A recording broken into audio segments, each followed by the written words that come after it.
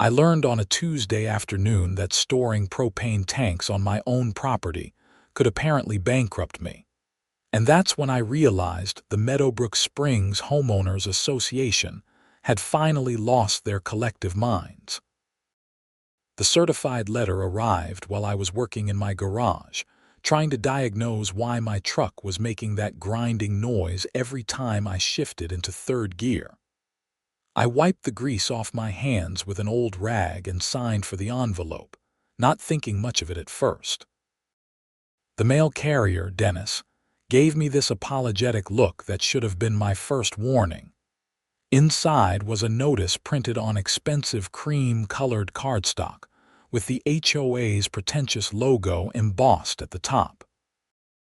The letter informed me that I was being fined $500 for unauthorized storage of hazardous materials in clear violation of community standards and safety regulations. I read it twice before the words actually registered. They were talking about the 2 propane tanks sitting next to my garage, the same propane tanks that fueled my backup generator and my grill, the same propane tanks that had been sitting in that exact spot for the 3 years I'd lived at 4782 Elderberry Court in Henderson, Nevada. My name is Thomas Brennan, and I'm a mechanical engineer who works remotely for an industrial equipment company. I bought this house specifically because it had a decent-sized lot and a garage where I could work on my projects. The neighborhood was nice enough. Quiet streets lined with desert landscaping and stucco houses that all looked vaguely similar. I'd paid my HOA dues on time, kept my lawn maintained according to their specifications, and generally tried to stay under the radar. Apparently, that wasn't good enough for Patricia Whitmore, the newly elected HOA president who had made it her personal mission to find violations on every property in the subdivision. I walked back into my garage and stared at the propane tanks in question. They were standard 20-pound cylinders, properly maintained, and stored upright on a concrete pad I'd poured myself to keep them level and secure. There was nothing hazardous about them. Half the houses in the neighborhood had similar setups. I'd seen them while walking my dog. The letter went on to explain that I had 14 days to remove the tanks and pay the fine, or the amount would increase to $1,000, and they'd begin the process of placing a lien on my property. A lien over 2 propane tanks. I pulled out my phone and called the HOA management office. After navigating through an annoying automated menu system, I finally reached a human being. The receptionist, who sounded about 19 and deeply uninterested, transferred me to Patricia's voicemail. I left a calm, professional message explaining that the tanks were standard equipment, properly stored, and requesting a meeting to discuss the situation. She called back within 10 minutes. "Mr. Brennan, this is Patricia Whitmore from the Meadowbrook Springs HOA board. I received your message."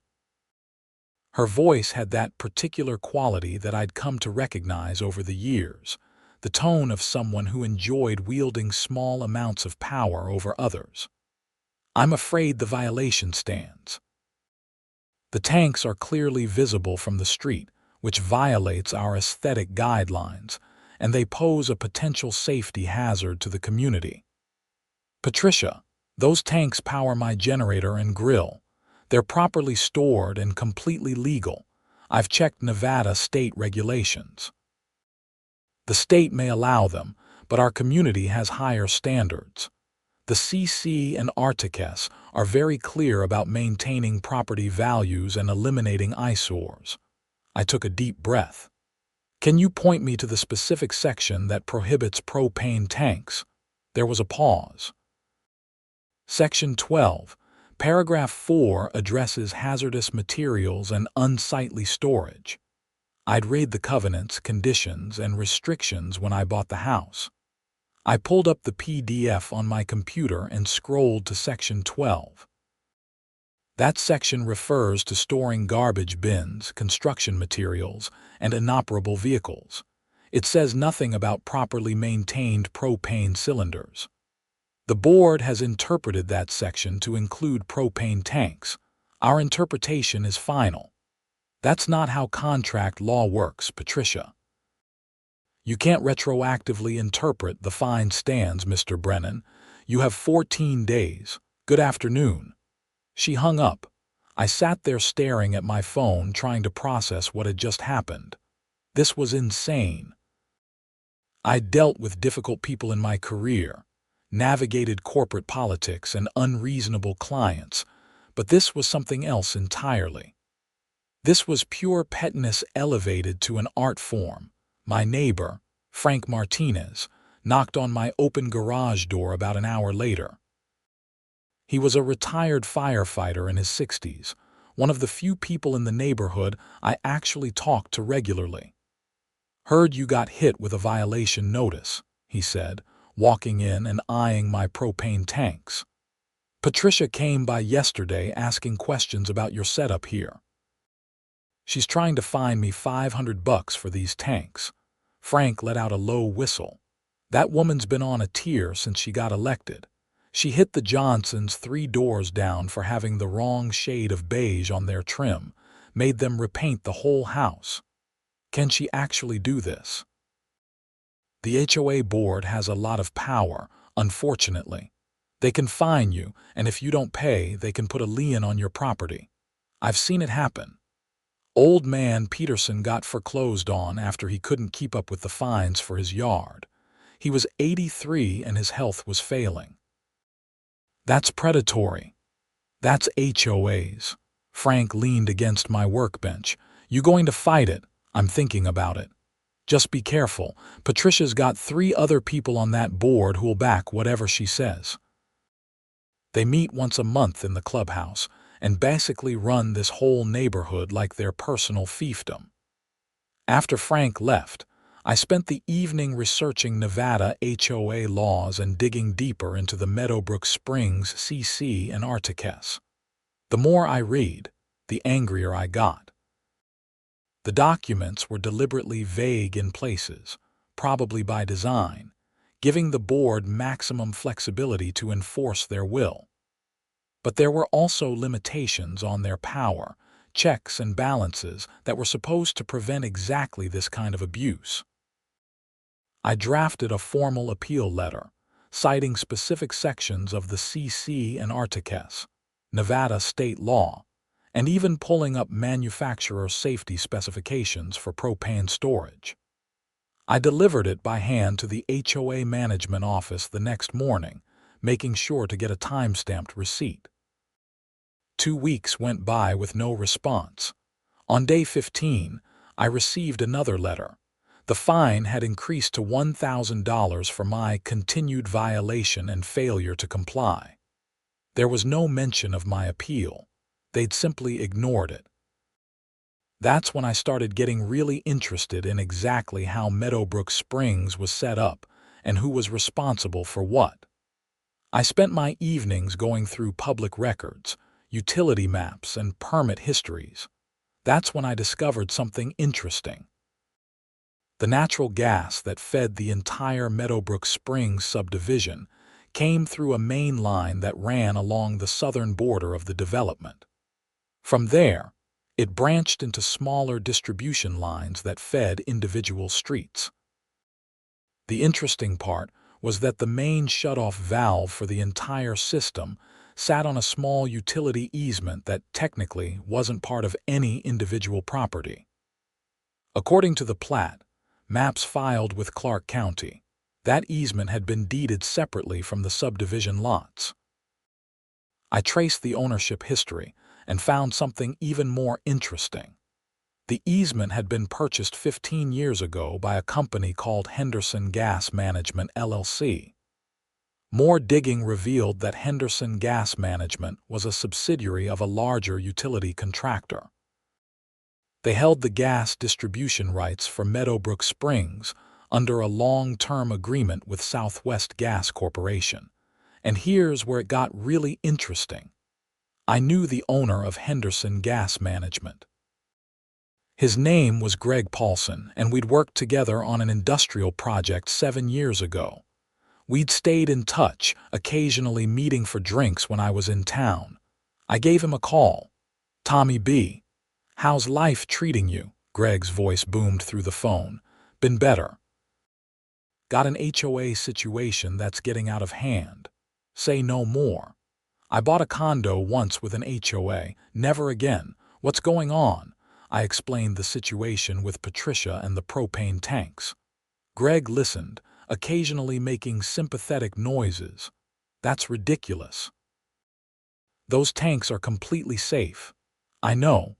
Listen, I was doing some research and found out you own the gas distribution for my subdivision. Meadowbrook Springs. Yeah, that's one of ours. Been running that system for about 15 years now. Why?" I'd been turning an idea over in my mind, examining it from every angle, trying to decide if it was brilliant or crazy. What would it take to shut down gas service to the subdivision? There was a long pause. "You mean like for maintenance?" "Sure, let's call it maintenance."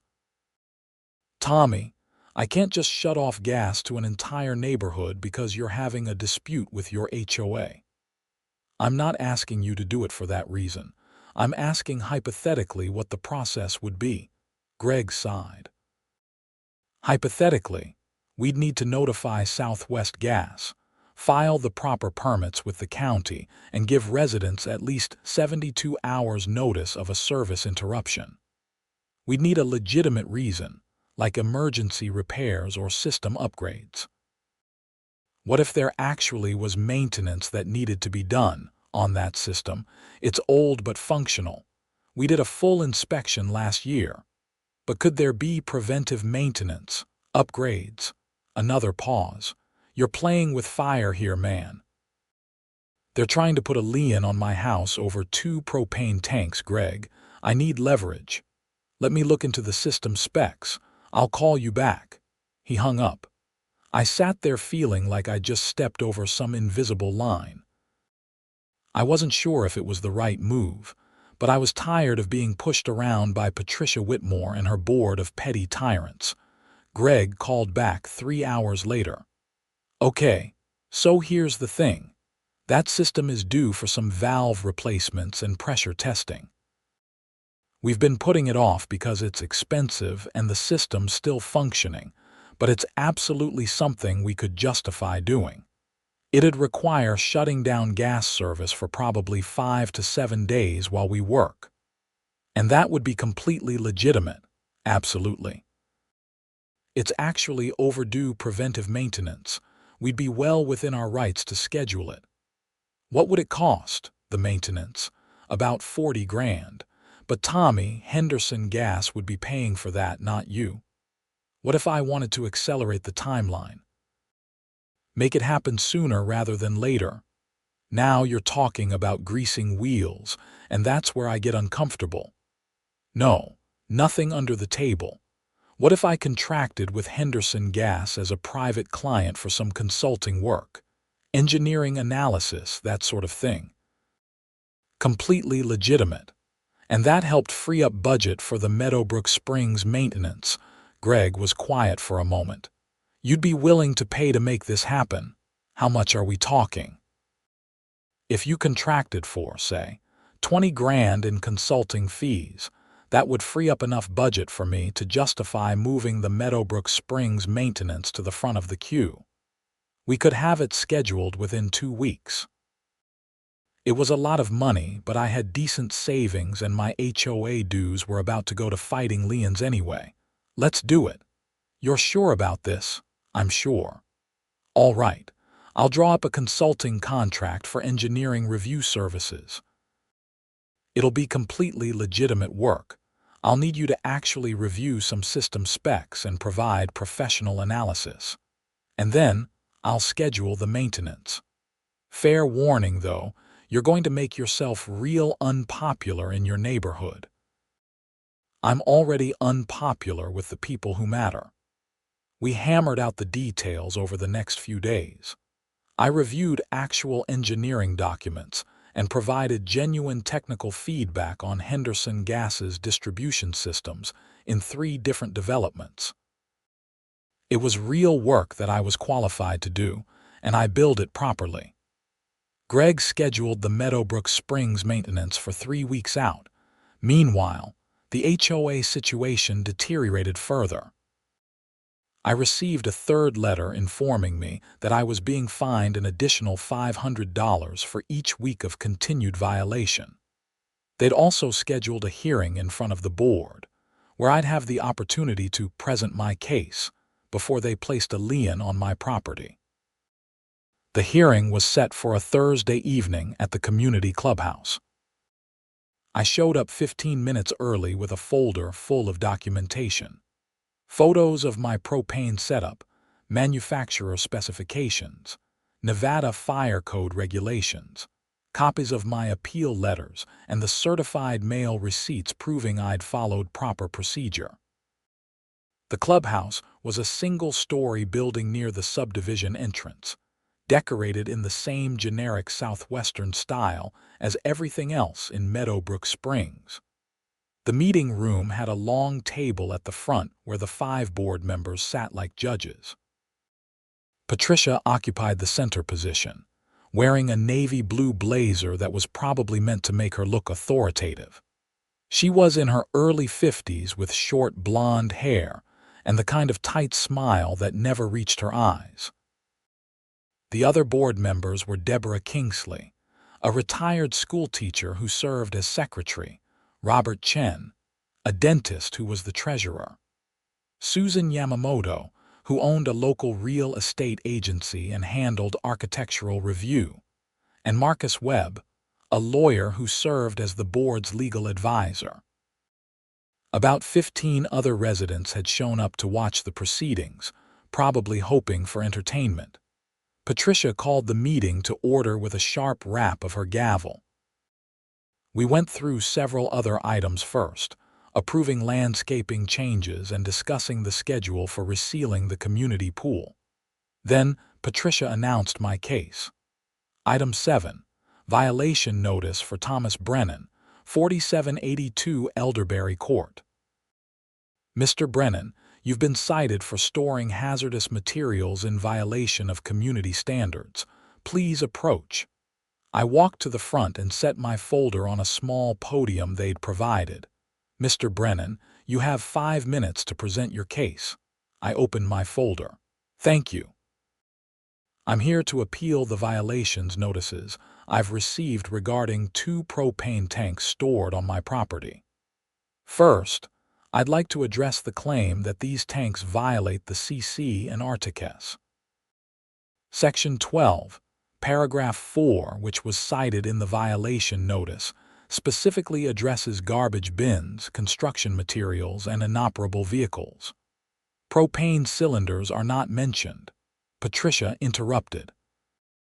The board has the authority to interpret the CC and RTCS as we see fit to maintain community standards. Nevada Revised Statutes, Section 116.31034 requires that HOAs provide clear and reasonable interpretation of governing documents. A reasonable homeowner reading Section 12 would not conclude that properly stored propane cylinders were prohibited. Marcus Webb, the lawyer, leaned forward. The board's interpretation has been consistent with our goal of maintaining property values and aesthetic standards. I have photos here showing 12 other properties in Meadowbrook Springs with visible propane tanks, none of which have been cited for violations. That's not consistent enforcement. I pulled out the photos and passed them forward. Patricia barely glanced at them. Those will be addressed in due course. Your violation is the matter at hand. Second point, I continued. Nevada State Fire Marshal Regulations and the National Fire Protection Association code both permit residential storage of propane cylinders under 100 pounds when properly maintained and secured. My tanks meet all safety requirements. I have the manufacturer specifications here. "Mr. Brennan," Patricia said, her voice dripping with false patience, "this isn't about state regulations. This is about maintaining the quality and appearance of our community. Those tanks are an eyesore. They're standard equipment that half the neighborhood uses. Then half the neighborhood will need to find alternative arrangements. This board is committed to elevating Meadowbrook Springs to a higher standard." Susan Yamamoto spoke up. "Mr. Brennan, couldn't you simply build an enclosure to hide the tanks? That would resolve the aesthetic concern." "I'd be happy to do that, but the violation notice requires complete removal, and the fines have already reached $2,000. Patricia waved her hand dismissively. "The fines will stand as written. If you'd like to build an enclosure for future compliance, you'll need to submit plans for architectural review, pay the review fee, and ensure the enclosure matches the approved color palette and materials list." "How much is the review fee?" $350.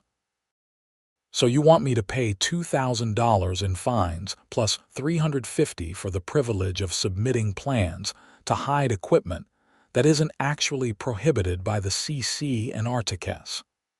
We want you to comply with community standards, Mr. Brennan. If you'd done so immediately, the fines wouldn't have accumulated." I realized I was wasting my breath. This wasn't a hearing, it was a formality. Patricia had already made up her mind, and the rest of the board was going to back her up. I could see it in their faces, the way they'd already checked out of the conversation. I'd like my appeal entered into the official record, along with all my supporting documentation. "Duly noted," Deborah said, making a note on her laptop. She looked uncomfortable, which was at least something. The board voted unanimously to uphold the violation and fines. I had 30 days to pay or they'd begin lien proceedings. I gathered my papers and walked out, ignoring Patricia's parting comment about learning to be a team player. Frank caught up with me in the parking lot. "That was brutal, man." "I'm sorry.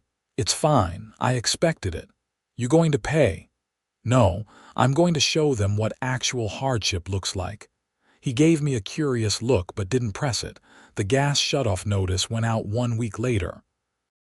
Henderson Gas Management sent certified letters to every household in Meadowbrook Springs, informing them that natural gas service would be interrupted for 5 to 7 days, starting on the 15th of the month, for essential maintenance and safety upgrades.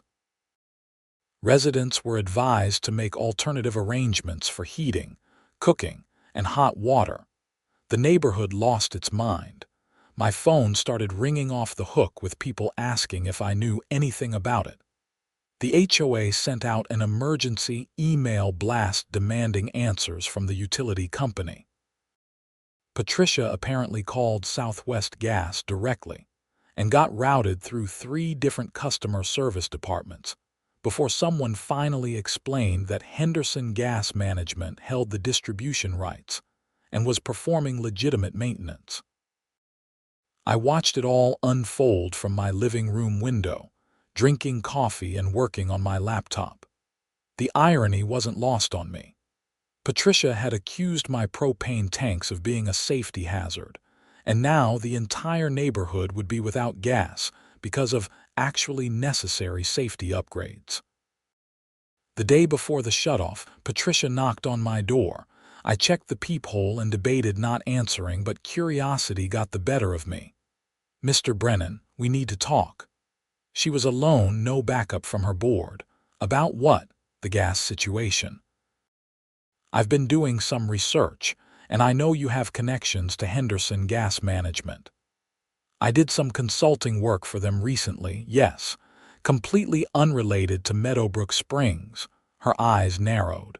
"This is quite a coincidence.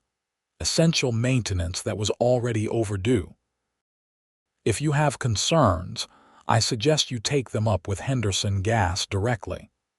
This is going to affect the entire community. Families with children, elderly residents who need consistent heating."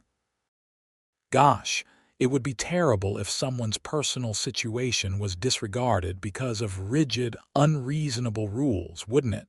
She stepped closer, lowering her voice. What do you want? I want the violations dropped and my fines refunded. That's not going to happen. Then I guess the neighborhood doesn't have gas for a week. Make sure you have alternative arrangements, Patricia. It's going to get cold at night. I closed the door in her face. The gas shut off at 8 in the morning on the 15th.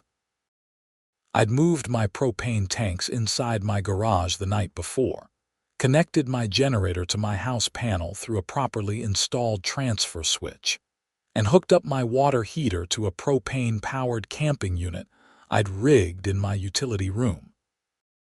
I had heat, hot water, and could cook on my propane camp stove. I was completely self-sufficient. The rest of the neighborhood wasn't so fortunate.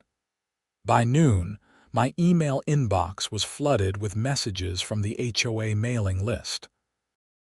People complaining about cold showers, not being able to cook, having to run space heaters that were driving up their electric bills. Several residents with medical conditions were particularly vocal about the hardship. Patricia sent out an email that evening calling an emergency HOA meeting to discuss the situation.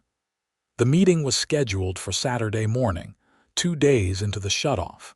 I almost didn't go, but Frank convinced me it would be worth watching. The clubhouse was packed. Every chair was filled and people lined the walls. The energy in the room was angry and frustrated. Patricia looked tired, with dark circles under her eyes. The other board members looked equally worn down. Patricia called the meeting to order, but before she could say anything, a woman in the front row stood up. We've been without gas for 2 days. My kids are freezing, we can't cook proper meals, and my husband has to shave with cold water. What is the board doing about this? We've been in contact with the utility company, Patricia said. They're performing essential maintenance. There's nothing we can do to speed up the process. This is unacceptable. We pay HOA dues for the board to protect our interests. A man in the back shouted, I had to take my family to a hotel. Who's going to reimburse me for that? The room erupted in overlapping complaints. Patricia banged her gavel repeatedly, trying to restore order. Everyone, please. I understand this is frustrating, but this is beyond the HOA's control. This is a utility company issue. Then maybe the board should focus on actual problems instead of harassing people over propane tanks. Someone yelled. I kept my face neutral, but inside I was savoring every second. Frank leaned over and whispered, You're enjoying this way too much. Maybe a little. Robert Chen, the treasurer, tried to redirect. We've looked into getting portable heaters and temporary cooking equipment that residents could borrow, but the cost would be significant, and it would take days to acquire enough units. Why wasn't this planned for? Another resident demanded. We should have emergency protocols for utility interruptions. Susan Yamamoto spoke up. This is unprecedented. We've never had a full gas shutoff before. Maybe if the board spent less time nitpicking property violations and more time on actual community welfare, we'd be better prepared. The meeting devolved into chaos. Multiple people tried to speak at once, some directing anger at the board, others at the utility company, others just venting about their personal inconveniences. Patricia looked like she wanted to crawl under the table. I slipped out during the confusion and headed home. I'd made my point. Day 3 brought colder weather. Henderson had mild winters compared to most of the country, but nighttime temperatures were dropping into the 40s, and houses without heat were getting uncomfortable. My own house stayed toasty warm, powered by my generator and propane system. I made sure to keep my curtains closed so nobody could see how comfortable I was.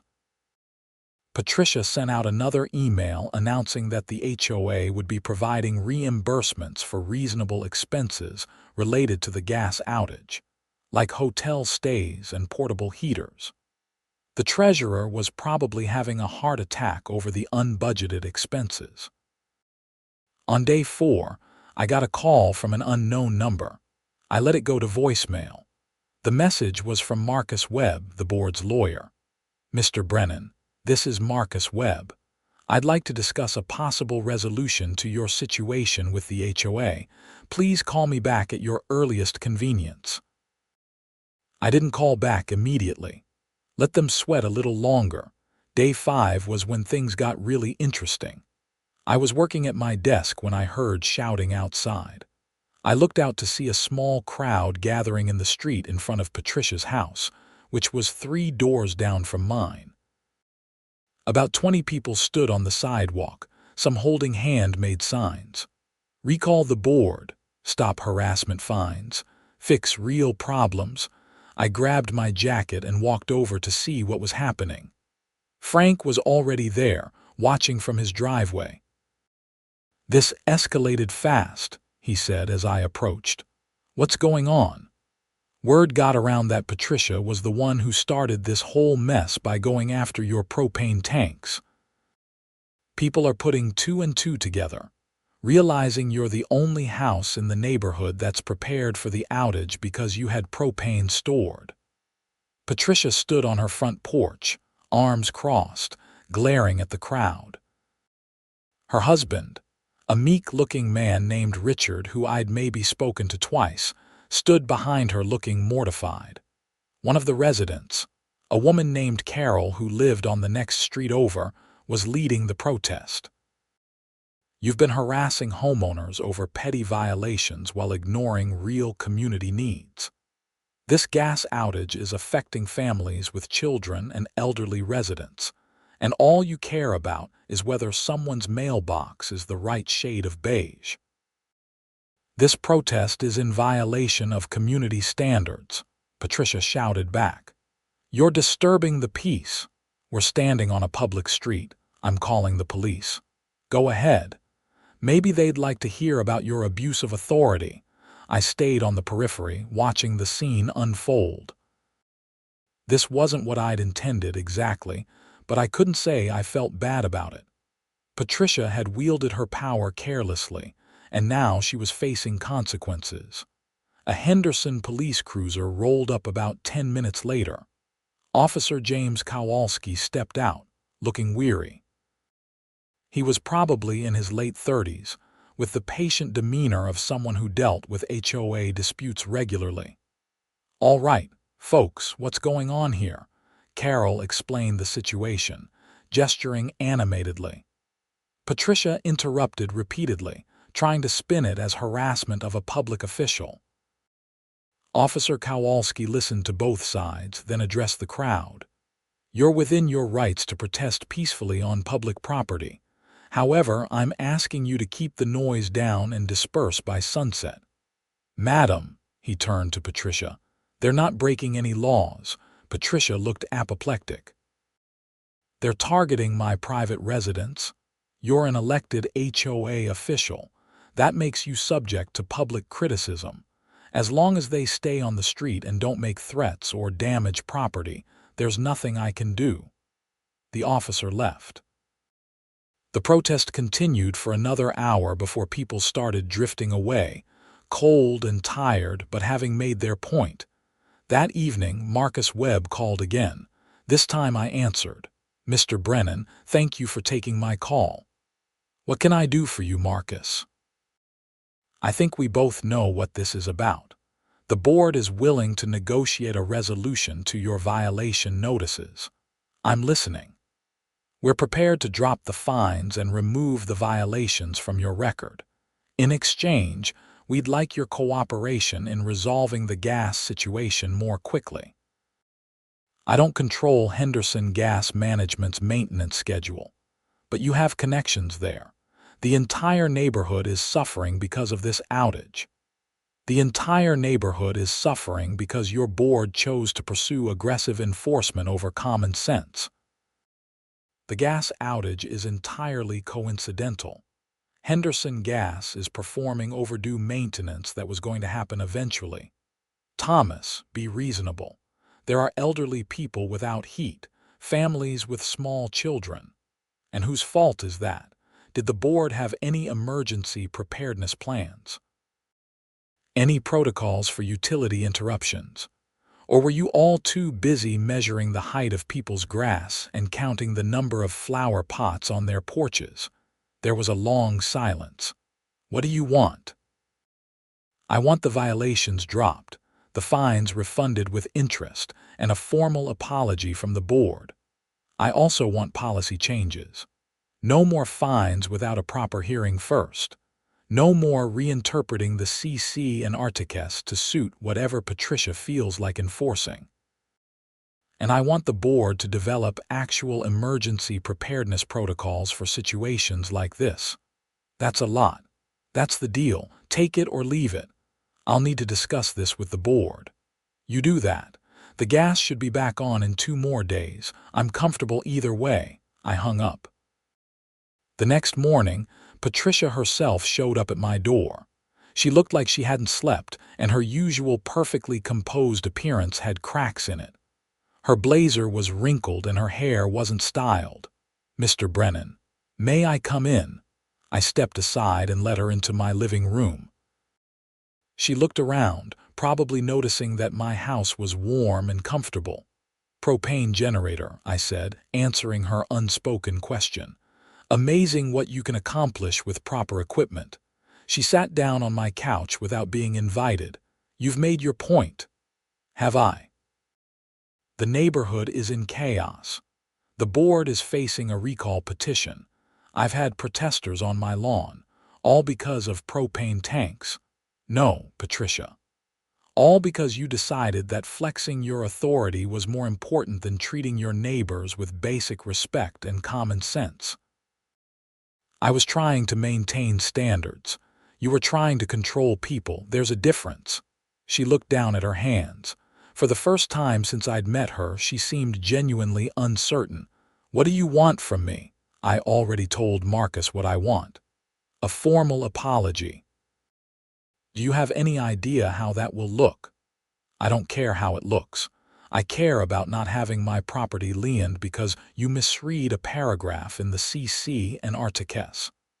The rest of the board will never agree to policy changes. We'd be giving up our authority to enforce community standards." "Then I guess the neighborhood will remember this as the time the HOA board let everyone freeze because they couldn't admit they were wrong. That should be great for your recall election." Patricia stood up abruptly. "You're vindictive." "I'm practical. You wanted to play hardball with 2 propane tanks. This is what hardball looks like on an actual scale." She left without another word, slamming my door hard enough to rattle the frame. Day 6 of the gas outage brought more problems for the board. Deborah Kingsley, the secretary, resigned via email citing irreconcilable differences with board leadership. Her resignation letter was accidentally sent to the entire HOA mailing list and included some choice words about Patricia's management style and the board's priorities. The recall petition gained 200 signatures, more than enough to trigger a special election under the HOA bylaws. Greg called me that afternoon.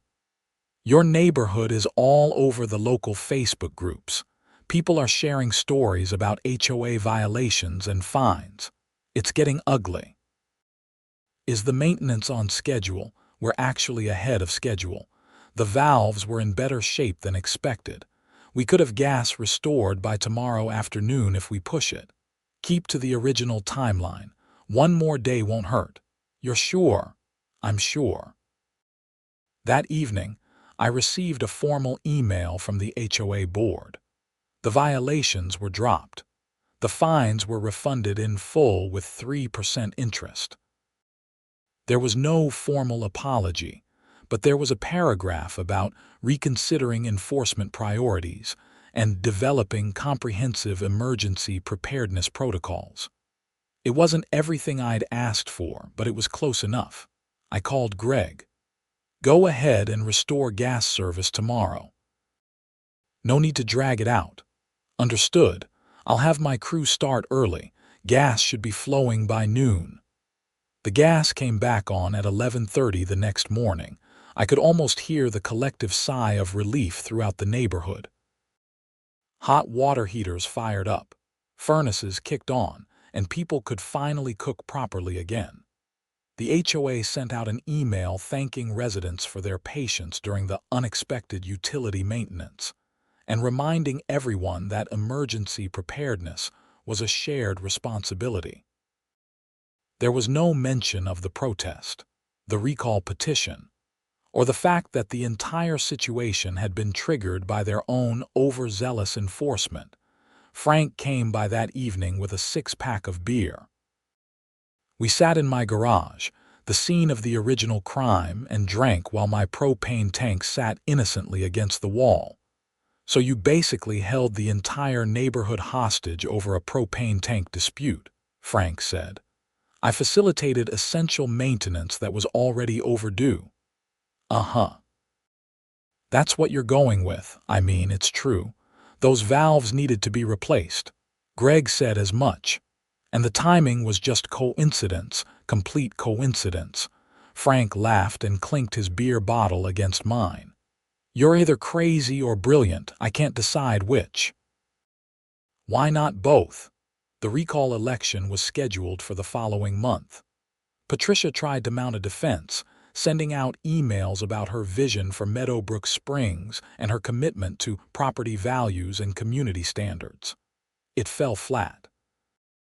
People remembered freezing in their houses while she argued about propane tanks. The election turnout was the highest in the subdivision's history. Patricia was recalled along with Susan Yamamoto and Robert Chen. Marcus Webb resigned before the vote, probably reading the writing on the wall. Only Deborah Kingsley was spared, having already jumped ship. New board members were elected, including Carol, the woman who'd led the protest, and a retired engineer named David Foster, who immediately proposed a comprehensive review of the CC and Articus to eliminate vague language and create clearer enforcement guidelines. One of their first actions was to explicitly allow propane tank storage as long as tanks were properly maintained and secured. They also banned retroactive interpretation of the CC and Articus, and required that all violation notices include specific citations and opportunities for appeal before any fines were assessed. Patricia and Richard moved out 3 months later. Frank heard they'd bought a house in a non-HOA neighborhood on the outskirts of Henderson. I saw the moving truck from my window, but didn't go over to say goodbye. I figured we'd said everything we needed to say to each other. The new board invited me to present at a community meeting about emergency preparedness. I gave a talk about backup power systems, proper propane storage, and basic disaster readiness. About 40 people showed up, way more than had ever attended a regular HOA meeting. I even sold a few of them on setting up their own generator systems. Created a nice little side business for myself doing installations. The whole situation became something of a local legend. The local news actually picked it up as a human interest story, though they framed it as Henderson neighborhood learns emergency preparedness lesson during gas outage. They interviewed several residents, but didn't make the connection to the propane tank dispute. I was fine with that. I didn't need the publicity. Greg and I had a good laugh about it over drinks a few weeks after everything settled down. He'd gotten his valves replaced, I'd gotten my violations dropped, and the neighborhood had gotten a functional HOA board. Everybody won except Patricia. You know the crazy thing, Greg said. We actually found a small leak in one of those old valves. Not enough to be dangerous yet, but it would have been within a year or two. Your petty revenge probably prevented a real emergency. So what you're saying is, I'm a hero. I'm saying you're lucky as hell. I'll take it. About 6 months after the whole thing wrapped up, I got a letter in the mail, not from the HOA but from an attorney representing Patricia Whitmore. My stomach dropped when I opened it, expecting some kind of lawsuit. Instead, it was a cease and desist letter demanding that I stop spreading false and defamatory statements about Patricia and her tenure as HOA president. Apparently, she'd gotten wind of my emergency preparedness talks and thought I was bad-mouthing her specifically. I called Marcus Webb, who'd actually been pretty reasonable through the whole thing despite being on the board. He'd left HOA work entirely and gone back to general practice law. Marcus, I've got Patricia's lawyer sending me threatening letters. What's my exposure here? What did you actually say about her? Nothing specific. I talked about the importance of having reasonable enforcement policies and learning from past mistakes. I didn't name names or give details. Then you're fine. Truth is an absolute defense against defamation, and generic statements about policy aren't defamatory anyway. She's just lashing out. I'd ignore it. You sure? Positive. If she actually files suit, call me. I'll represent you pro bono just for the entertainment value. I filed the letter away and didn't think about it again. Patricia never followed through.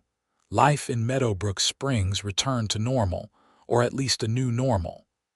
The new HOA board was reasonable and focused on actual community improvement rather than petty enforcement. They organized neighborhood events, negotiated better rates for landscaping services, and even started a community emergency supply cache in the clubhouse basement with portable heaters, first aid equipment, and emergency communication devices. My propane tanks sat peacefully next to my garage, exactly where they'd always been. I'd built a decorative screen around them, not because I had to, but because it actually did look nicer and kept the sun off the tanks. The screen was made from cedar slats stained to match my house trim. Several neighbors asked about it, and I ended up building similar enclosures for 3 other properties. Another little side business born from the whole mess. Frank and I became better friends through the whole thing. We started a weekly tradition of sitting in my garage on Friday evenings, drinking beer and working on various projects. He helped me rebuild the carburetor on my truck, and I helped him restore an old motorcycle he'd bought on a whim. We'd occasionally laugh about the Great Propane Tank War of Meadowbrook Springs, as it had come to be known in the neighborhood. One evening about 8 months after everything had settled, Frank said something that stuck with me. You know what the real lesson is in all this? It's not about propane tanks or HOAs or any of that specific stuff. What is it then? It's about what happens when people get a little bit of power and forget they're supposed to be serving their community, not ruling it. Patricia thought being HOA president made her queen of the neighborhood. She forgot that she was elected to make things better, not to push people around. That's pretty philosophical for a Friday night. I'm a couple beers in, I get philosophical, but he was right. The whole situation could have been avoided if Patricia had just approached me like a reasonable person and said, "Hey, some neighbors are concerned about the propane tanks. Could we work out a solution?" Instead, she'd gone straight to fines and threats because she could. Because she had the power and wanted to use it. The new board understood that power came with responsibility. Carol, the new president, would actually walk around the neighborhood talking to people, asking what they needed, what could be improved. Novel concept, apparently. I settled into a comfortable routine. Work was going well. My consulting business had picked up after the Henderson gas project, and I was getting regular contract work from other utility companies.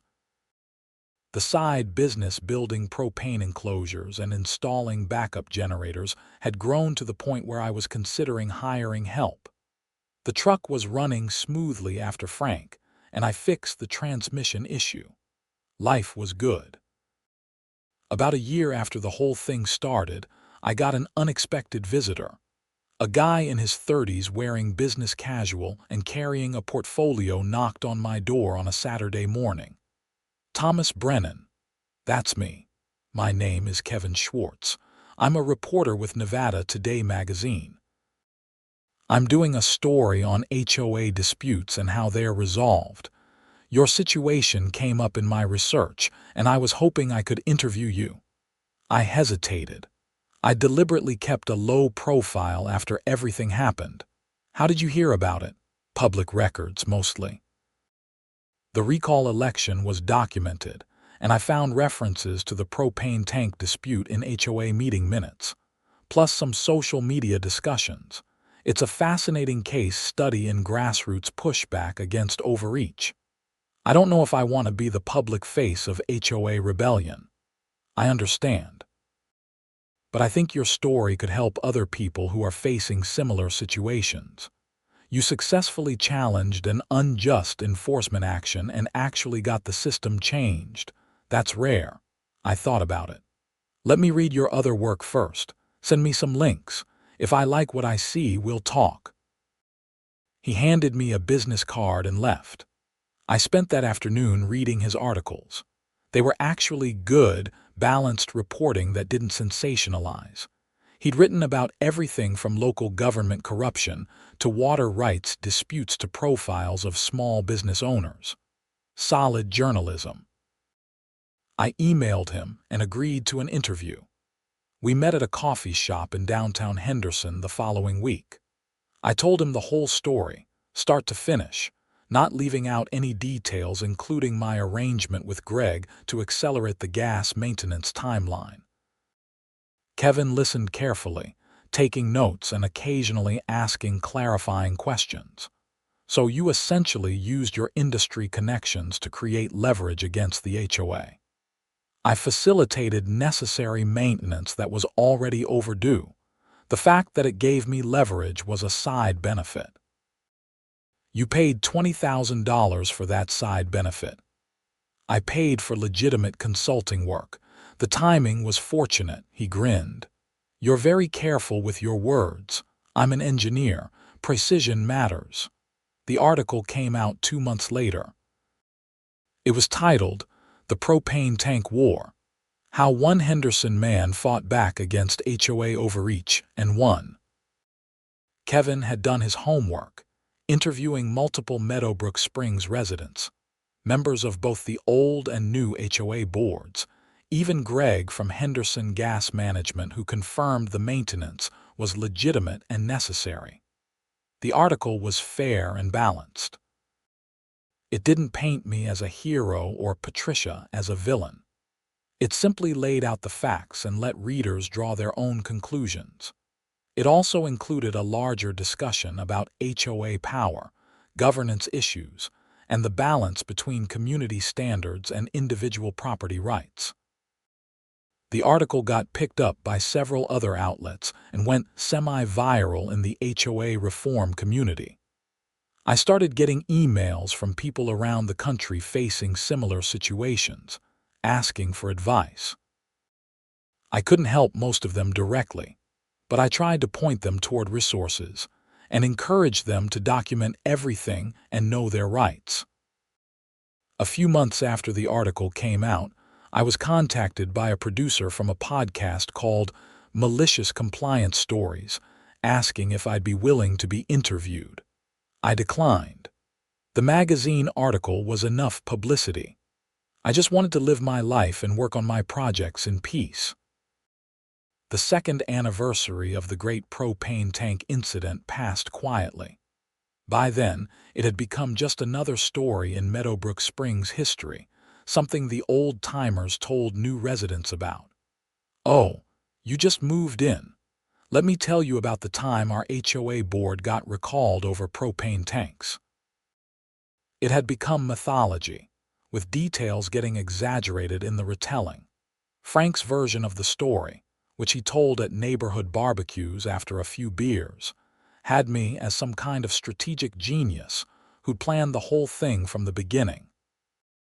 The truth was messier and more improvised, but I let him have his fun. The new HOA board had been re-elected twice, with Carol remaining as president. The neighborhood had settled into a comfortable equilibrium. Property values were stable, community events were well attended, and enforcement actions were rare and reasonable.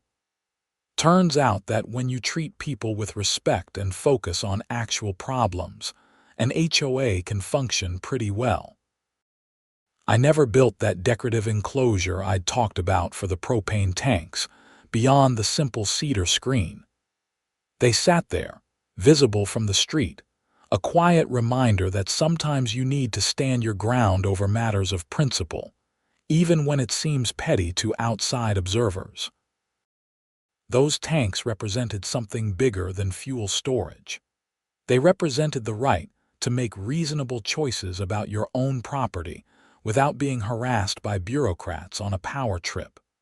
My relationship with the HOA stabilized into something almost friendly. Carol would occasionally ask my input on technical matters, like when they were upgrading the community pool equipment or installing new lighting in common areas. I was happy to help. She was proving that HOA leadership didn't have to be adversarial. About 2.5 years after everything happened, I ran into Patricia at a Home Depot. She was in the garden section looking at plants, and I was picking up some copper pipe for a project. We made eye contact across the aisle. For a moment, I thought she might just ignore me and walk away. Instead, she walked over. "Thomas." "Patricia, how have you been?" "Good, better actually. Richard and I are much happier in our new place. No HOA to deal with. That's good." There was an awkward pause, then she said, "I owe you an apology for the way I handled that whole situation.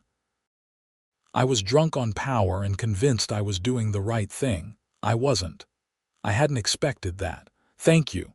I appreciate you saying that. You were right. About all of it. I was more concerned with control than with actually helping the community.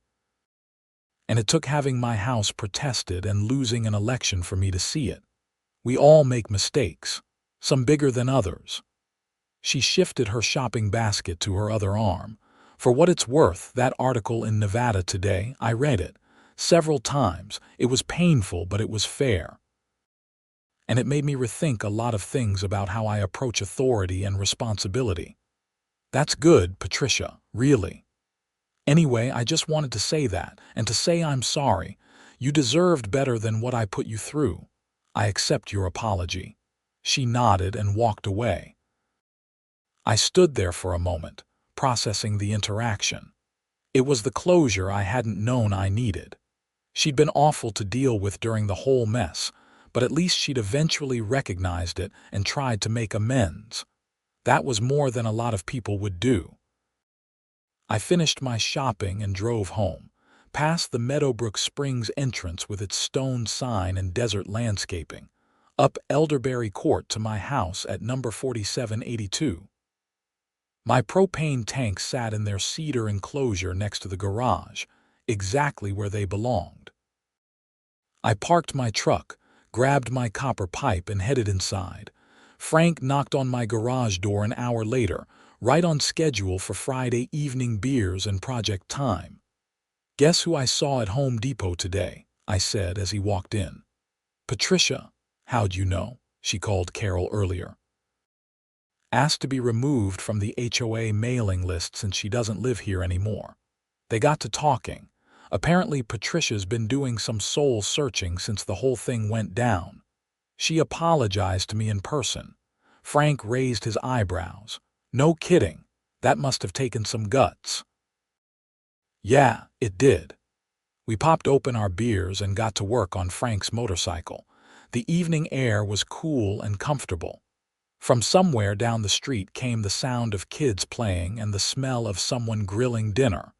Just another peaceful evening in Meadowbrook Springs. The whole experience had taught me something valuable about standing up for yourself, even when it seems easier to just comply and move on.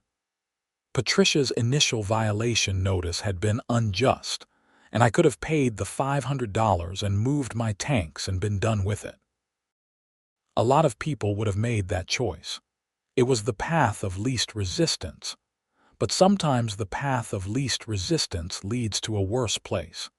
If I'd given in, Patricia would have continued her reign of petty enforcement, finding new violations and harassing new residents.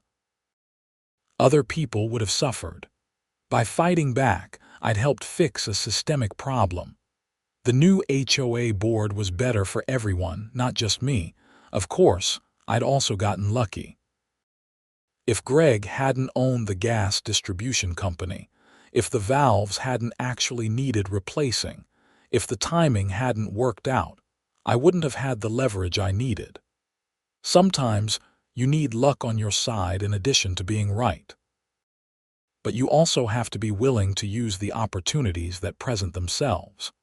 When I discovered Greg's company controlled the gas, I could have done nothing with that information. Instead, I'd found a way to create legitimate pressure that ultimately forced the HOA to back down and the community to recognize the problem. 3 years after the initial violation notice, Meadowbrook Springs had fully moved on. New residents moved in who'd never heard of the propane tank war. The neighborhood continued to function smoothly under Carol's leadership. My propane tanks sat peacefully in their enclosure, fueling my generator and grill without controversy. I'd learned an important lesson about the nature of power and how institutions work. HOA, like any organization, are only as good as the people running them. When those people lose sight of their purpose and become focused on control for its own sake, bad things happen. But institutions can also change and improve when people are willing to challenge injustice and demand better. Frank and I finished our beers as the sun set behind the mountains. His motorcycle was running smoothly now, purring like a cat. We'd fixed the timing issue that had been causing the rough idle. "So what's your next project?" Frank asked, thinking about building a solar array. "Really become completely energy independent." "The HOA going to give you grief about that?" "Nope. Nevada has a solar rights law. HOAs can't prohibit solar installations. You've got this all figured out." I learned from experience. Know your rights, document everything, and never back down when you're right. Words to live by. We cleaned up the garage and called it a night. Frank headed home, and I went inside to make dinner. I stood in my kitchen, looking out the window at my propane tanks in their cedar enclosure, and smiled. Sometimes the little battles matter most.